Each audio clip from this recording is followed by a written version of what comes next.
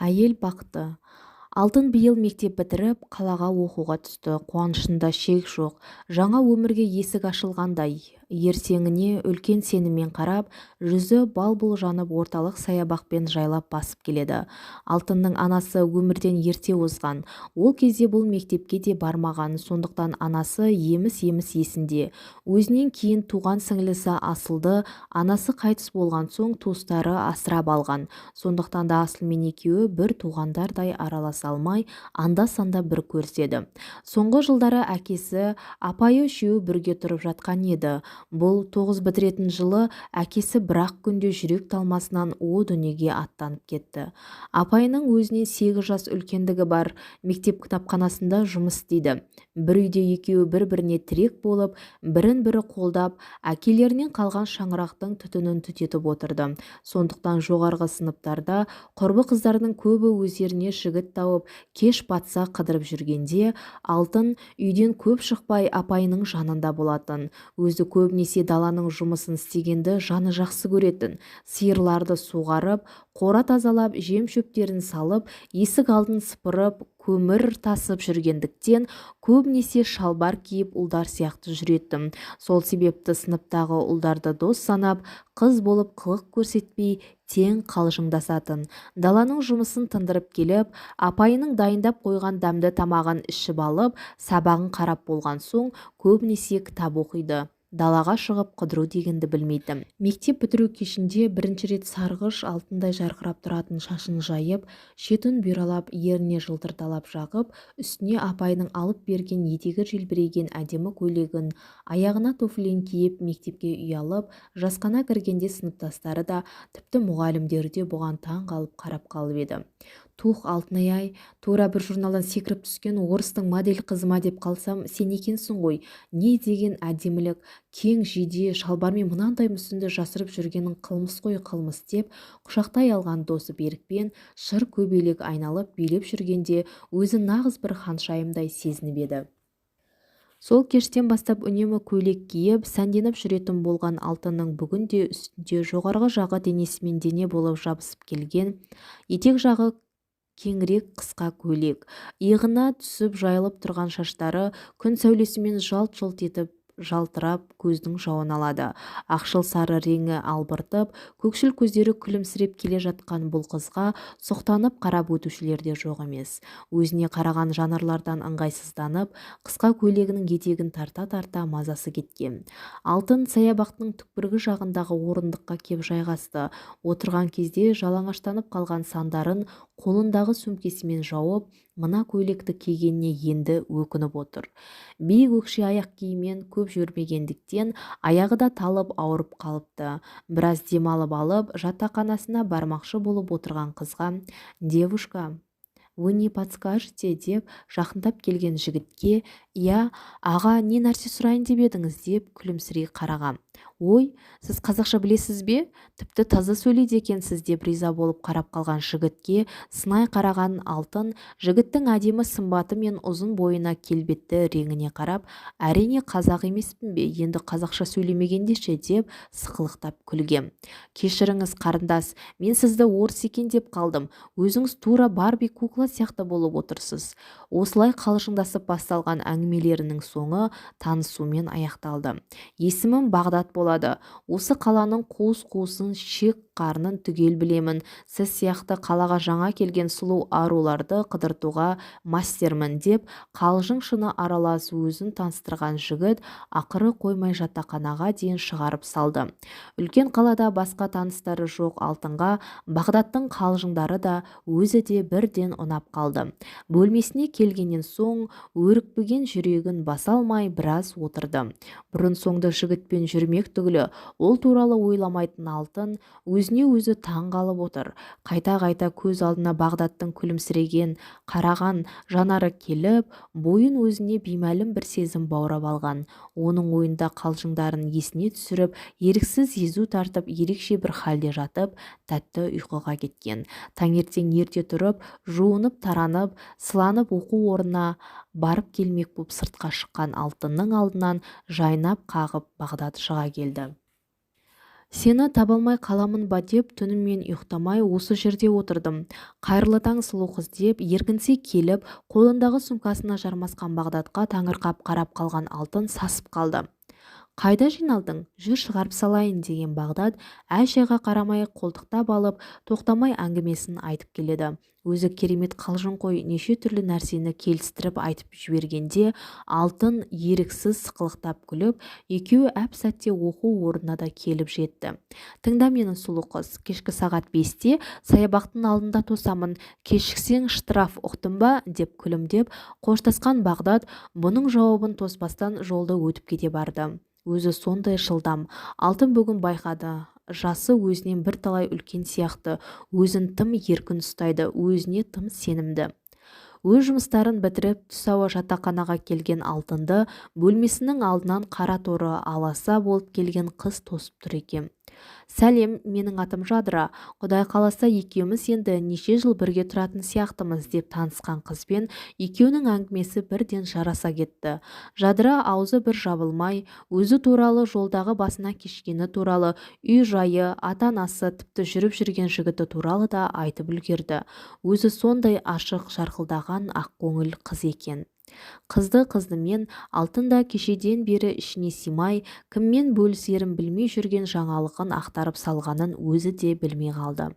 Ол деген керемет қой, екеуміз де қаланы білмейміз, ал сенің Бағдатың қаланың жігіті сияқты. Бұндай мүмкіндікті жібермеу керек. Ауылдан келген біздер үшін қалалық жігітті құрықтау деген бір бақыт. Қане, не тұрыс, дайындалсаңшы. Енді свиданияға шалбармен бармайтын шығарсың. Тез киіміңді ауыстыр. Аузы мен қолы бірге қимылдап, үстел үстіне бояу-сояуларын қойып, бұның есін шығарып жіберді.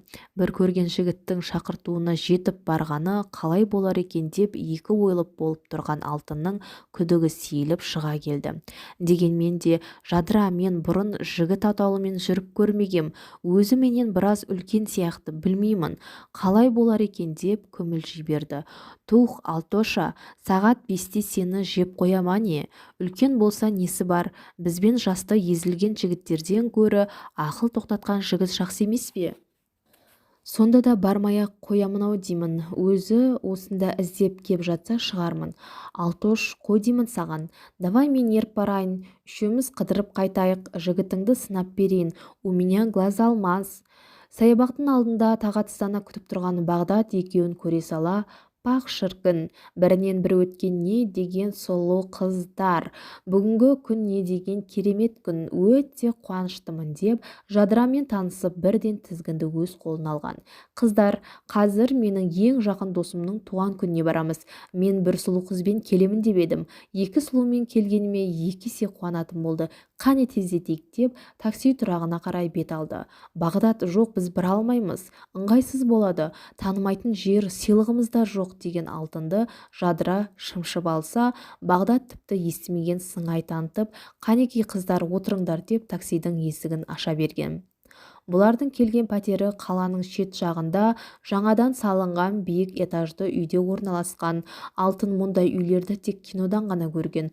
Қобалжып жиһаздары мен үй ішіне жайылу дастарханға таңдана қарап жүрсе, Жадыра өзін өте еркін ұстайды. Өзін Аликпін деп таныстырған жігітпен де қалжыңдасып, екеуімен де бұрыннан таныс адамдай аузы бір жабылмайды.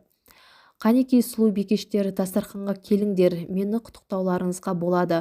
Басқа қонақтарды тосайық та, ыңғайсыз емес пе?» деген Алтынды құшақтап стол басына отырғызған Бағдат: «Алтын, ал туған күн иесін тостырып қойғанымыз ұят емес пе? Саған не болды? Ыңғайсыз деп. Одан да Алик қана дайындай алатын фирменный сусынын алып отыр. Қорықпай-ақ қой, безалкогольный» деп алдындағы тарелкаға тағамдар салып, дәмді сусынды ұсына берді. Біраздан соң әдемі әуен ырғағымен Бағдаттың құшағында билеп жүрген Алтын өзін ыңғайсыз, жайсыз сезіне бастады. Аяқ-қолдары үйіп, басы ауырлап, ауа жетпей бара жатқандай күйге түскен. Балконға таза ауамен демалып келуге шыққан Алтын Қою қараңғылық аясында жыпырлап сансыз шамдары жарқыраған қала келбетіне қарап, уақыттың қалай тез өткеніне таң қалып, тезірек қайтуды ойлап тұр. Басы айналатындай. Керемет көрініс иә деп артынан келген Бағдат белінен қапсырай құшақтап өзіне қарай тарта берген. Жігіттің қарулы қолдары арқасынан сипалап, үстіндегі жұқа көйлегінен алақандарының ыстық лебі өтіп, денесін күйдіріп бара жатқандай, жүрегі кеудесінен секіріп шығатындай дүрсілдеп, басына қаны шапшып, екі беті нарттай қызарып кеткен Алтын өзін зорға дегенде қолға алып, бойын тіктеп, «Бағдат, мен өзімді өте жайсыз сезініп тұрмын, біз қайтайық» деді қатқыл үнмен. Жігіттің құшағынан сытылып шығып, үсті-басын жүре жөндеп бөлмеге оралды. Жадыра Аликтің құшағында басын кеудесіне қойып, екі қолымен жігіттің мойнына асылып, бұл дүниеде екеуінен басқа жан жоқтай жайбарақат әуен ырғағымен теңселіп жүр. Алик те қыздың шашын иіскеп, екі қолы қыздың денесімен тіміскілеп, бөлмеге кірген бұған көңіл аударған түрі жоқ. Жадыра, жүр, қайтамыз. Екі аттап барды да ойнап тұрған микрофонды тоқтатып ажыратып тастады. Ей, Бага, сен қайдасың? Мына Барбиіңді бассаңшы, не қарап жүрсің? Ну-ка, музыкаңды қосыңдар. Бага, ау, деп Алик ысқырып жатса, Жадыра бетін басып сықылықтап күле береді, көзі тұманданып кеткен. Жүгіре жеткен Бағдат артынан келіп, қапсыра құшақтап алып, тік көтеріп алған күйі келесі бөлмеге қарай бет алды. Алтын қанша бұлқанса да қатты қолдардан босай алмай, бар қолынан келгені жан даусын шығарып шыңғырып көмекке шақырып келеді. Бөлме ортасындағы төсекке бұны алып ұрған Бағдат тістене, аузыңды жап, қане, дыбысыңды шығарма деп аузын қолмен баса берді. Оңтайлы кезде жігіттің алақанын қыршып тістеп алған Алтынның аузына кермек дәм келді. Бағдат қолын қанша тартып алмақ болса да, тістеніп жағын ашпаған күйі қарсыласып қалған қыздың аузынан қан тамшылары аға бастады.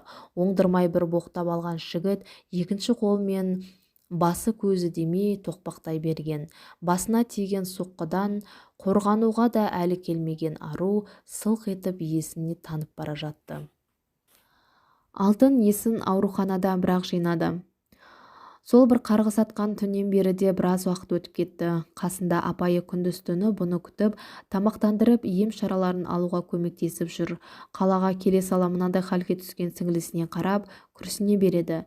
Бет сүйегі, мұрны, жағы, бірнеше тісі сынған, беті көзі көп болып ісіп кеткен Алтынның ләм-мим деп тіл қатпағанына неше күн болды.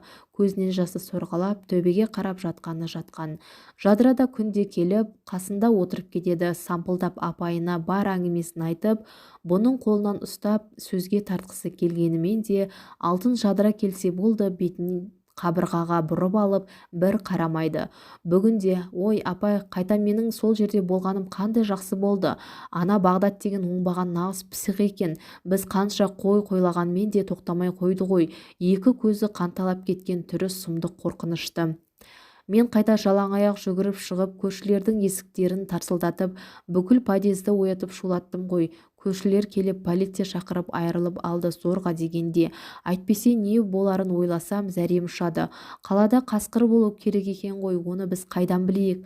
Екеуін де қамап тастады. Кеше тергеуші шақырып барып келдім, ұзақ отыратын сияқты. Олар осылай жас қыздарды бопсалап, өздерінің айтқандарын істетіп үйреніп алғандар екен. Сусынға дәрі ме, наша ма бірдеңе қосады екен. Ішкен кезде тіпті сезбей қалады екенсің.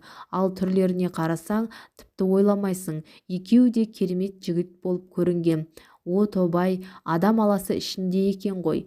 Алтын қайта жалғыз бармақшы болып тұрғанда, мен бірге барғаным қандай абырой болды. Әйтпесе өзі тіпті тергеушілерге де түк айтпапты ғой. Сізге сөйледі ме, әлде мүлдем сөйлей алмай қалған ба деп сөз аяғын сыбырлап аяқтаған Жадыраға апайы: Алтын сені көргісі келмейтін сияқты. Сен келсең теріс қарап қалады.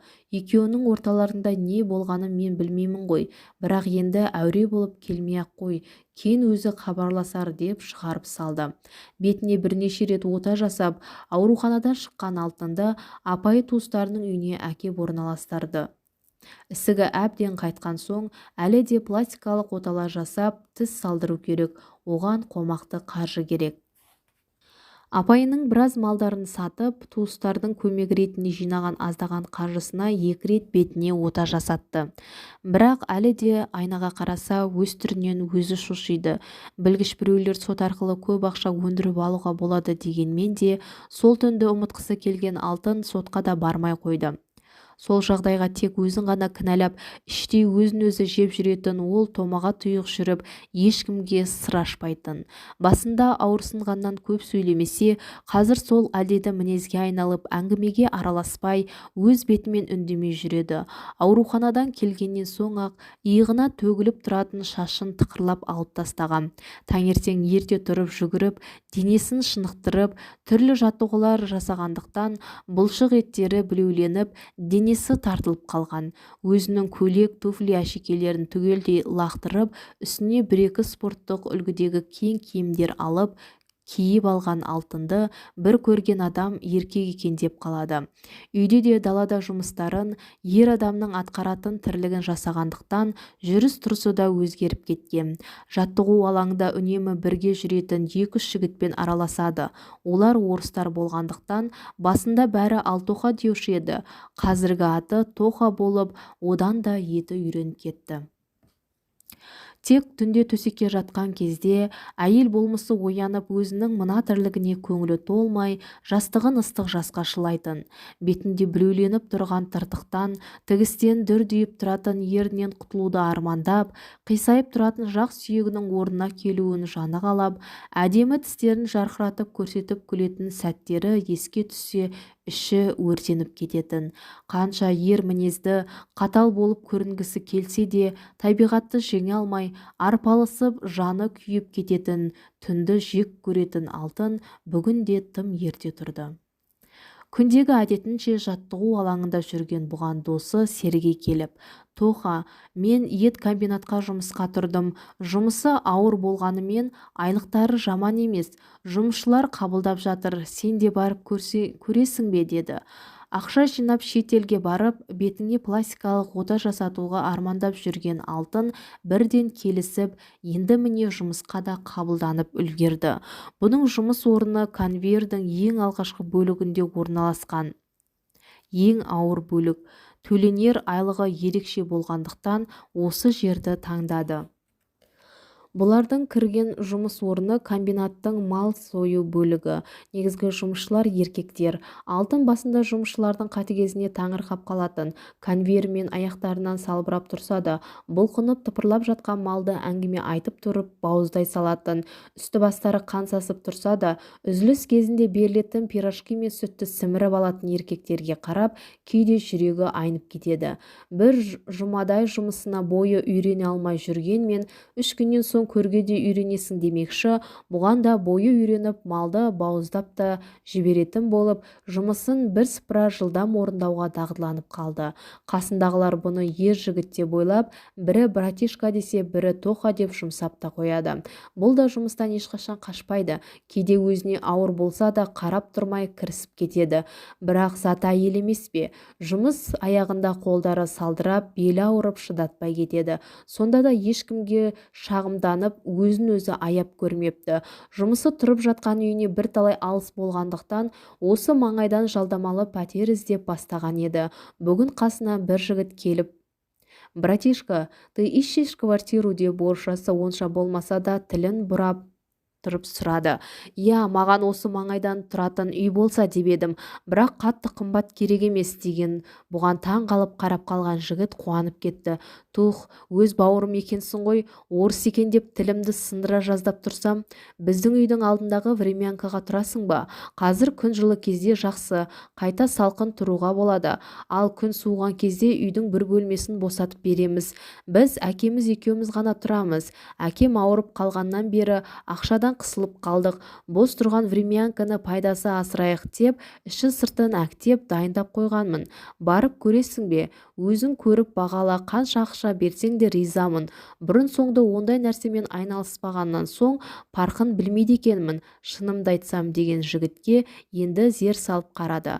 Иықтары қақпақтай, орта бойлы, қою қара шашты, түксиген қабақты, қыр мұрынды, бірақ келісті өңін, жырық ерні мен ақсиған тістері көрініп тұрған аузы бұзып тұр. Менің атым Қанат болады. Сені Тоқа деді ғой, тоқтарсың ба? Ақсиып күлген кезде түрі тіптен сүйкімсіз болып кетеді екен. Қанат екеуі келіп көрген үйді ұнатып, осында тұратын болып шешті.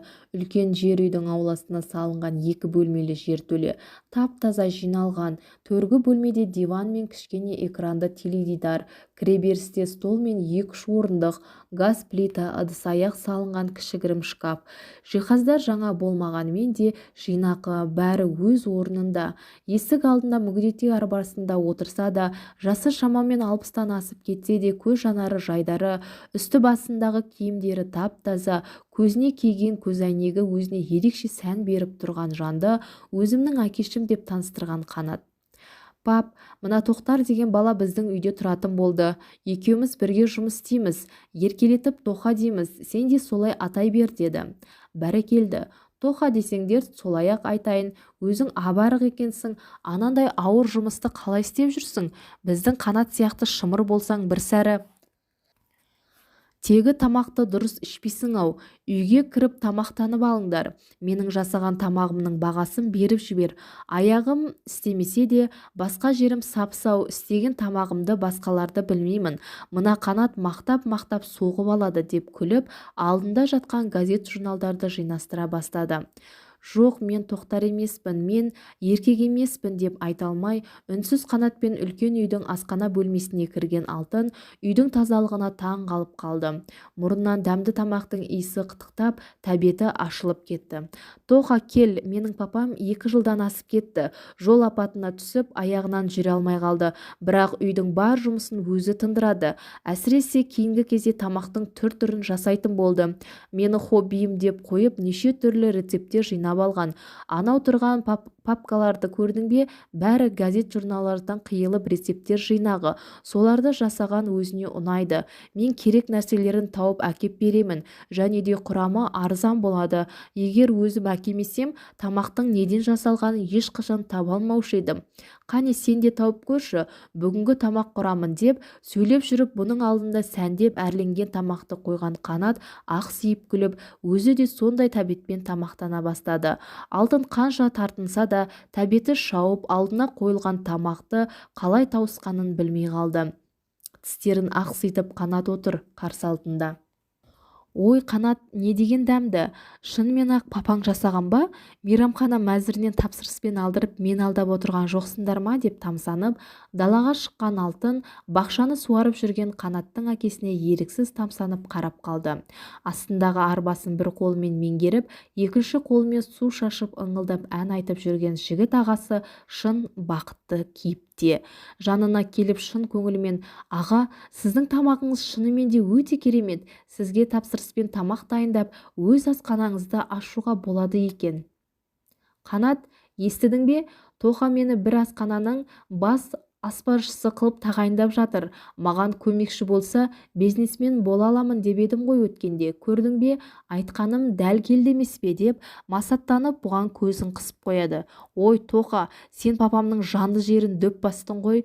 Осы маңайдағы жұмыс орындарға түскі аш жасап сатамын деп бизнес жоспар құрып қойған бұл кісі.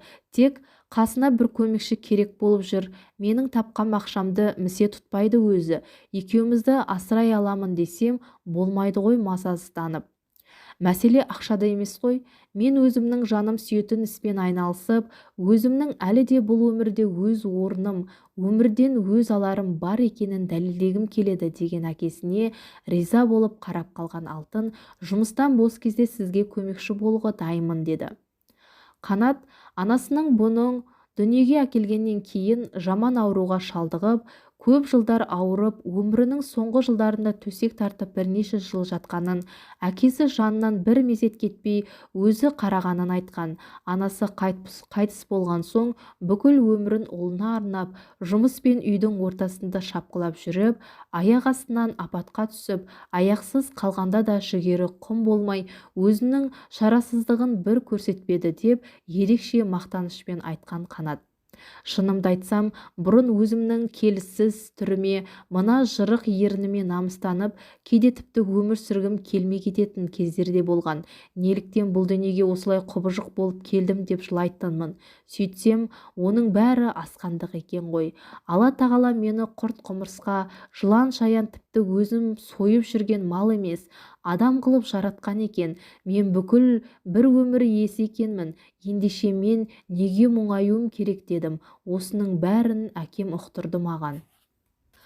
Алтынның осы үйге келіп тұрғаннан бері көңіл күйі көтеріліп, өзіне деген ойы өзгерді. Осыған дейін өзін басқалардан төмен санап, өткеніне өкінуін қоймай, алдағы өмірге күмәнмен қарауын тоқтатпаған ол, томаға тұйық болып ұнжырғасы түсіп жүретін Қанат пен әкесі Батырхан ағаның өмірге деген құштарлықтары бұның да өмірге деген көзқарасын өзгертті. Күнделікті кешкі асты үшеуі бірге ішуді әдетке айналдырған, әрдайым көңілді, мағыналы әңгімелермен өтетін осы отырыстар Алтынға керемет ұнайды. Батырхан ағаны өз әкесіндей құрметтеп, Қанатты ағасындай көріп кетті. Тіпті өзі белсеніп, жұмыстан бос күндері Батырхан ағаның жасап берген тамақтарын жарнама ретінде көрші жұмыс орындарына таратып, тапсырыстар жинап келген. Енді міне кешкілік сол тапсырыстарды дайындауға көмектесіп жүр. Ой, бәрекелді Тоха, сенің икемің бар екен. Ана Қанатты қой, ол тек жегенге ғана шебер. Қане, енді мыналарды былай жасайық деп, өзіне риза болған Батырхан ағамен бірге күнделікті түрлі аш жасауды да үйреніп қалды. Жұмысынан кейін шаршап келсе де, күнделікті жаңа ас мәзірін жасаған кезде шаршағанын ұмытып, рахаттанып қалады. Басында аздаған ғана тапсырыстар түсуші еді. Сымсыз телефон арқылы бір-бірінен естіп, ұнатқан адамдар саны көбейіп, бұлардың тағамдарына сұраныс көптеп түсе бастады. Азық-түлікті сатып алып жеткізу, одан ас даярлап, арнайы ыдыстарға салып, уақытымен керекті жеріне жеткізіп беру оңай шаруа емес. Өзінің мүмкіндігінің шектеулігіне қапалана берген Батырхан ағаға қолдау көрсеткісі келіп, осы кәсіппен түбегейлі айналысуды жөн санаған Алтын жұмысынан шығып кетті. Айлығына қызыққанымен де ол жұмыс өзін қажытып жібергендей еді. Жанына жат нәрсемен айналысып жүргендей сезімде болатын. Көр де тұр Тоға, осы шешіміңе еш өкінбейсің. Екеуміз бірігіп әлі айды аспанға шығарамыз. Бұндай жұмыспен бұл маңайда айналысып жүргендер жоқтың қасы. Сондықтан біз үлкен бір кәсіпті негізін қалап жатырмыз. Ақша жағын уайымдама, бәрін бірге санап тең бөлетін боламыз деген Батырхан ағаның қуанышында шек жоқ. Қолындағы азды-көпті жинаған ақшасын да осы бизнеске құйған Алтын ерекше сезімде еді. Өмірден өз жолын тапқандай жұмысқа құлшына кіріскен. Жаңа кәсіппен шұғылданып жүріп, уақыттың қалай зырылдап өте шыққанын да байқамай қалыпты. Алтын қазір жұмысты бір жүйеге енгізіп, бірнеше мекемелермен шарт жасасып та алды. Енді қасына көмекші алмақ ойы да бар. Ол туралы Қанатпен ақылдасып еді. Жақсы, мүмкін мен де сендерге қосылсам ба екен, бірақ менің қолымнан алып кел, шауып кел болмаса, көп нәрсе келмейді. Есепке де жоқпын. Ал сен Тоқа, бар жағынан икемің бар. Папам сені жолықтырған Алласына күнде бір рахметін айтпай жатпайтын болды. Жарайды, көп мақтама. Сенің қолынан көлік айдау келе ме? Куәлігім бар. Бұрын папамның машинасын айдап үйренгенмін. Көлік болса игеріп аламын ғой. Бірақ папамның өзі жол апатына түскеннен соң мені сол машинаға жолатқысы келмейді. Онда қазір жиналған ақшаға жақсы бір көлік алайық. Сен мына жұмысыңнан шығып, сол көлікті тізгіндесең бізге көп көмек болушы еді. Батырхан ағаны өзім көндіремін. Міне осылай Қанатта бұлардың жанұялық кәсібінің мүшесі, жаңа көліктің жүргізуші болып шыға келді. Алтын екеуі жиі жұмыстармен жолға бірге шығатын болғандықтан бұрыннан да жақын болып кеткен.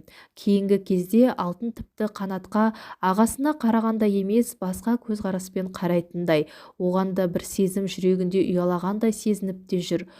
оның адамгершілігі, ақылдылығы, мінезділігі, бетіндегі кемістігін көзге ілдірмей жіберуші еді. Бірақ қанша рет оқталса да, алтын өзі жайлы сырын айта алмай-ақ қойды. Бүгін көрші қалаға бір жұмыстармен ұзақ жолға шықты екеуі. Жол бойы ананы бір, мынаны бір сөз қылып келе жатқан алтын: «Қанат, сен менің бетімдегі жаралар туралы бір сұрамадың, өзі айтар деп күтіп жүргеніңді де білем. Осы жаралардың артында қаншама сыр жатқанын да сезесің. Бүгін сол туралы айтатын уақыт келген сияқты».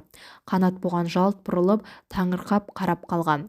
Ары қарай бәрі бір көзді ашып жұмғанша болды. Алтын ештеңені ұғып та үлгермеді. Тек қарсы келіп қалған көліктен қашқан Қанаттың айқайын естіп үлгерді. Сарт-сұрт еткен дыбыстармен қатар басынан тиген соққыны сезіп үлгерді. Ары қарай болды. Мүліген тыныштық орнаған. Алтын есін жия сала Қанатты іздеді. Қанаттың жансақтау бөлімінде әлі есін жимағанын естіп, өзін оның қасына кіргізуін өтінумен болды. Өзінің миы шайқалғанын, демалып жатуы керектігін айтқан дәрігерлерді де тыңдағысы жоқ. 2-3 күн өткен соң Қанаттың жанына кіргізген. Өңі сұп-сұр болып, ұйықтап жатқан адамдай жатқан оның қолынан ұстап: «Қанат, мен білемін, сен бәрін естіп жатырсың», деп бастап алып өзінің басынан кешкендерін түгел айтты.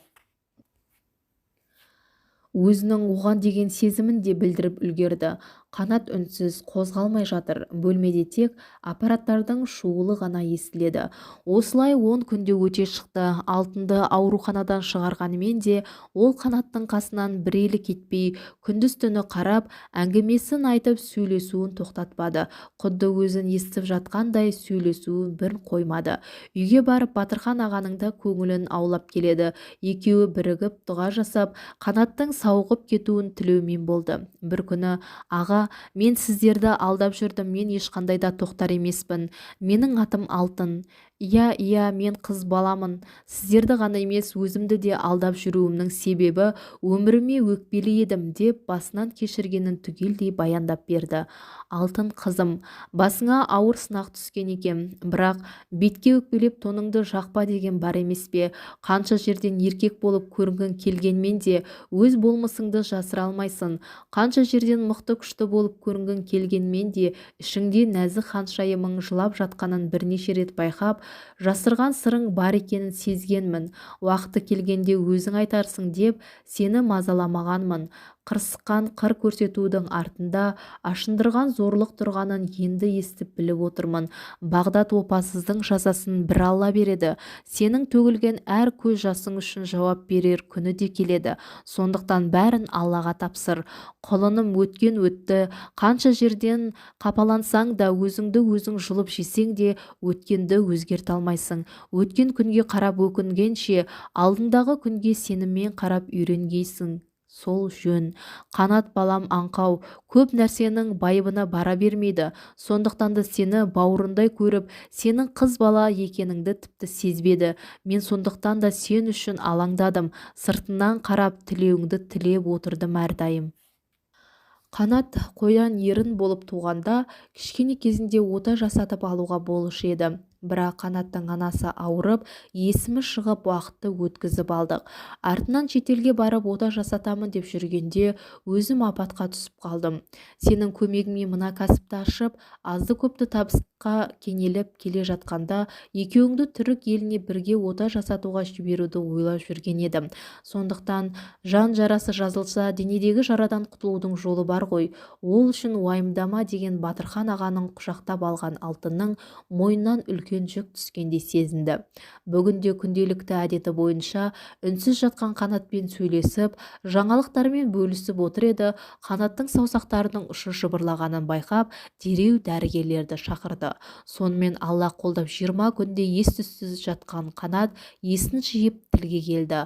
Алғашқы айтқан сөзі Алтын болды. Мұны естіген Алтын жылап жіберді.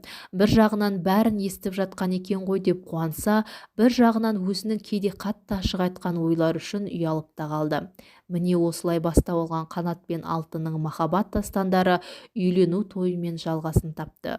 Сол Жол апатынан соң әбден сауығып шыққан Қанатпен тірі еліне барып екеуі де ота жасатып келген олар қазір сондай жарасымды жұп. Екеуіне қызғып қараған жұрт еріксіз тамсанады. Ақ келіннің келісті сымбаты, әдемі өңі талайды таңғалдырған. Алтынның өңі бақыттан одан сайын нұрланып кеткендей, жүзі бал-бұл жанып, көзі от шашып тұр. Қанаттың құшағына кіріп, мен сондай бақыттымын. Шынымды айтсам, Бағдатты кешірдім. Себебі сол жағдай менің өмірімде орын алмаса, сені кездестірмес едім. Сенің жаныңда әлсіз әйел болудың өзі мен үшін керемет сезім. Нағыз әйел бақыты жанын түсінетін, жан-жарын табуы екенін түсіндім деген Алтынды құшақтап тұрған ұлына мейірлене қарап отырған Батырхан ағаның көзіне еріксіз жас келген. Қазіргі кезде Қанат пен Алтын Батырхан ағаға 2 немере сыйлаған. Тамақпен қамтамасыз ету саласында өте ірі кәсіпті дөңгелетіп, өз ризықтарын теріп отырған үлгілі отбасы. Соңы. Достар, менің каналыма тіркеліп және қоңыраушаны басып қойыңыздар. Өзіңізге ұнайтын кітаптың аудиосын көргіңіз келсе, комментарийға жаза кетіңіз.